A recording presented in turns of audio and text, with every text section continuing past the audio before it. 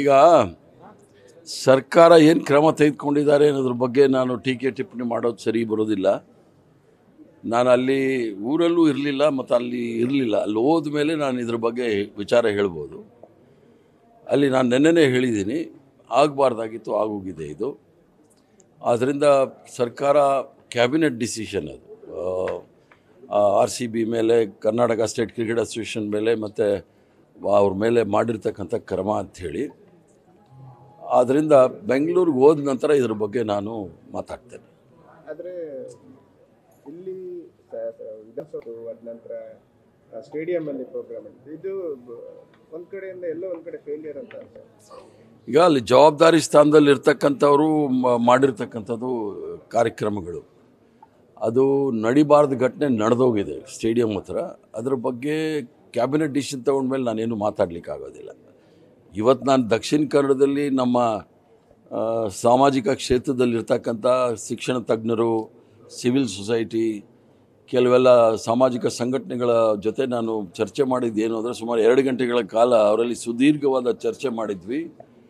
ದಕ್ಷಿಣ ಕನ್ನಡದಲ್ಲಿ ಯಾವ ರೀತಿ ಶಾಂತಿ ಮತ್ತು ಸೌಹಾರ್ದತೆಯನ್ನು ಕಾಪಾಡಬೇಕು, ಇದಕ್ಕೆ ಏನು ಮಾಡಬೇಕು ಅನ್ನೋದನ್ನು ಅವರ ಸಲಹೆ ಸೂಚನೆಗಳನ್ನು ಸಹ ಎಲ್ಲ ಕೇಳಿದ್ದೀನಿ. ಯಾವ ದಕ್ಷಿಣ ಜಿಲ್ಲೆ ಇಡೀ ಪ್ರಪಂಚದಲ್ಲೇ ಹೆಸರುವಾಸಿಯಾಗಿತ್ತು, ಅನ್ಯೋನ್ಯವಾಗಿ ಬಾಳ್ತಕ್ಕಂಥ ಜಿಲ್ಲೆಯಲ್ಲಿ ಸಾಮರಸ್ಯವನ್ನು ಕದ್ದಲಿಕ್ಕೆ ಯಾರ್ಯಾರು ಕಾರಣರು, ಏನು ಆಗಿದೆ ಅನ್ನೋದನ್ನು ಭಾಳ ಕೂಲಂಕುಷವಾಗಿ ಕೆಲವು ವಿಚಾರಗಳನ್ನು ಹೇಳಿದ್ದಾರೆ. ಆದ್ದರಿಂದ ನಾವೆಲ್ಲರೂ ಸಹ ಸೇರಿ ಸಿವಿಲ್ ಸೊಸೈಟಿ ಮತ್ತು ಶೈಕ್ಷಣಿಕ ಕ್ಷೇತ್ರದಲ್ಲಿ, ಸಾಮಾಜಿಕ ಕ್ಷೇತ್ರದಲ್ಲಿ ಇರ್ತಕ್ಕಂಥವ್ರು ಮತ್ತು ಡಾಕ್ಟರ್ಸ್ ಇದ್ದರು, ಅಡ್ವೊಕೇಟ್ಸ್ ಇದ್ದರು, ಎಲ್ಲರೂ ಸಹ ಸೇರಿ ಒಂದು ಪ್ರಯತ್ನವನ್ನು ಮುಂದೆ ಮಾಡ್ತೀವಿ ಅನ್ನೋದನ್ನು ಎಲ್ಲರೂ ಸಹ ಹೇಳಿದ್ದಾರೆ.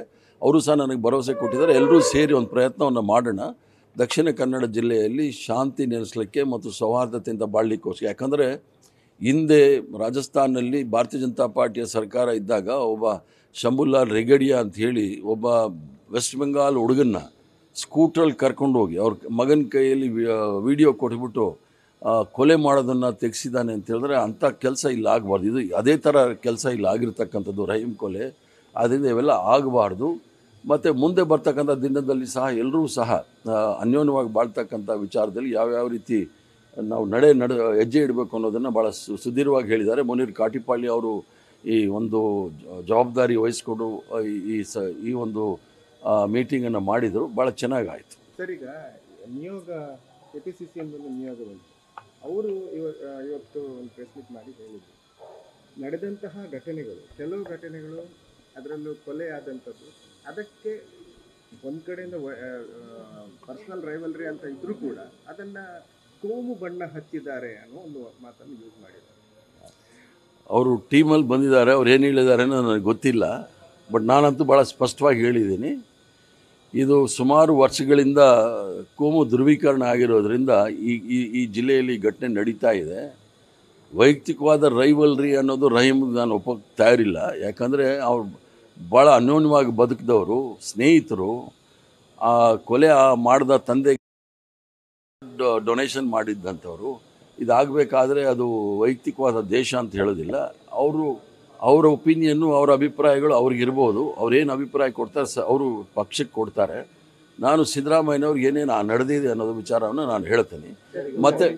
ಮತ್ತು ಇಲ್ಲಿರ್ತಕ್ಕಂಥ ಕೋಮು ಸೌಹಾರ್ದತೆಯನ್ನು ಕಾಪಾಡಲಿಕ್ಕೋಸ್ಕರ ಯಾರು ಮುತುವರ್ಜಿ ವಹಿಸಿದ್ದಾರೆ, ಅದರಲ್ಲಿ ಸುಮಾರು ಒಂದು 5, 6, 7 ಜನ, 10 ಜನ ಬಂದು ಅವರು ಮುಖ್ಯಮಂತ್ರಿಗಳನ್ನ ಭೇಟಿ ಮಾಡಿ ಜಿಲ್ಲೆಯ ಬಗ್ಗೆ ವಿಚಾರವನ್ನು ಮಾಡಲಿಕ್ಕೆ ಅವಕಾಶವನ್ನು ಮಾಡಿಕೊಡಿ ಅಂತ ಅದನ್ನು ಸಹ ಮಾಡಿಕೊಡಿ. ಈ ಘಟನೆಗಳಿಂದಾಗಿ ಕೆಲವೆಲ್ಲ ಡೆವಲಪ್ಮೆಂಟ್ಗಳು, ಪೊಲೀಸರು ಕೆಲವು ಕ್ರಮಗಳನ್ನು ಕೈಗೊಳ್ತಿದ್ದಾರೆ. ಅದರಲ್ಲಿ ಗಡೀಪಾರು ಮಾಡುವಂಥದ್ದು ಮತ್ತು FIR ಮಾಡುವಂಥದ್ದು. ಅದರಲ್ಲಿ ಕೆಲವು ಮುಸ್ಲಿಂ ಮುಖಂಡರು ಕೂಡ ಈಗ ವಿರೋಧ ವ್ಯಕ್ತಪಡಿಸಿ ಸುಮ್ಮನೆ ತಮ್ಮ ಮಕ್ಕಳಿಗೆ ಟಾರ್ಗೆಟ್ ಮಾಡಿಕೊಂಡು ಪೊಲೀಸರು ಗಡೀಪಾರಿಗೆ ಇದು ಮಾಡ್ತಾ ಇದ್ದಾರೆ.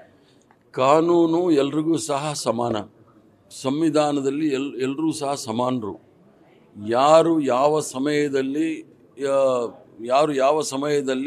ಕಾನೂನನ್ನು ಕೈಗೆ ತೆಗೆದುಕೊಳ್ಳೋಕೆ ಪ್ರಯತ್ನ ಮಾಡ್ತಾರೆ, ಶಾಂತಿಯನ್ನು ಕದಲಿಕ್ಕೆ ಪ್ರಯತ್ನ ಮಾಡ್ತಾರೆ, ಅವ್ರಿಗೆ ಕಾನೂನಿನ ಚೌಕಟ್ಟಿನಲ್ಲಿ ಕ್ರಮ ಜರುಗಿಸ್ಕೊಳ್ಬೇಕು. ಅದರಲ್ಲಿ ಧರ್ಮ, ಜಾತಿ, ಭಾಷೆ ಯಾವುದೂ ಬರೋದಿಲ್ಲ. ಆದ್ದರಿಂದ ನಿಷ್ಪಕ್ಷಪಾತವಾಗಿ ಆ ಕಮಿಷನರ್ ಆಗಲಿ ಅಥವಾ SP ಅವರಾಗಲಿ ಗಡೀಪಾರು ಮಾಡಲಿಕ್ಕೆ ಕ್ರಮವನ್ನು ಜರುಗಿಸ್ಕೊಂಡಿದ್ದಾರೆ. ಇದರಲ್ಲಿ ಕಾರ್ಯಾಂಗ ಮತ್ತು ನ್ಯಾಯಾಂಗದ ಸಹಕಾರ ಸಿಕ್ಕಲಿಲ್ಲ ಅಂತ ಹೇಳಿದ್ರೆ ಈ ದಕ್ಷಿಣ ಕನ್ನಡ ಜಿಲ್ಲೆಯಲ್ಲೂ ಸಹ ಶಾಂತಿ ನೆಲೆಸೋದು ಭಾಳ ಕಷ್ಟ.